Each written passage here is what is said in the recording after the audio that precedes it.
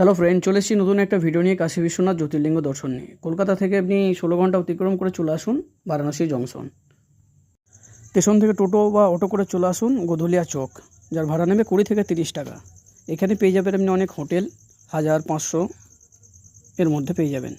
এই গোধুলিয়া চক থেকে মন্দিরের দূরত্ব মাত্র সামান্য এবং ঘাটগুলির দূরত্ব খুব একটা বেশি নয়। তো আপনি যদি হোটেল নেন তো এর আশেপাশেই নেবেন। তো আপনি 1, 2, 3, 4 যে কোনো একটি গেটের কাছে চলে আসুন।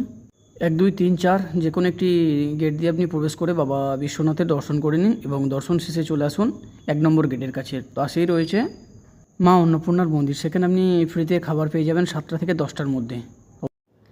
এটি হলো মা অন্নপূর্ণার মন্দির। এখানে আপনি ভোগ পেয়ে যাবেন 7টা থেকে 10টার মধ্যে। অবশ্যই দর্শন করে নেবেন মা অন্নপূর্ণার মন্দির, এবং বিনামূল্যে চিকিৎসাও পাওয়া যায়। মন্দির দর্শনের পর চলে এসেছি মণিকর্ণিকা ঘাটের কাছে। এই সেই মণিকর্ণিকা ঘাট, পবিত্র মণিকর্ণিকা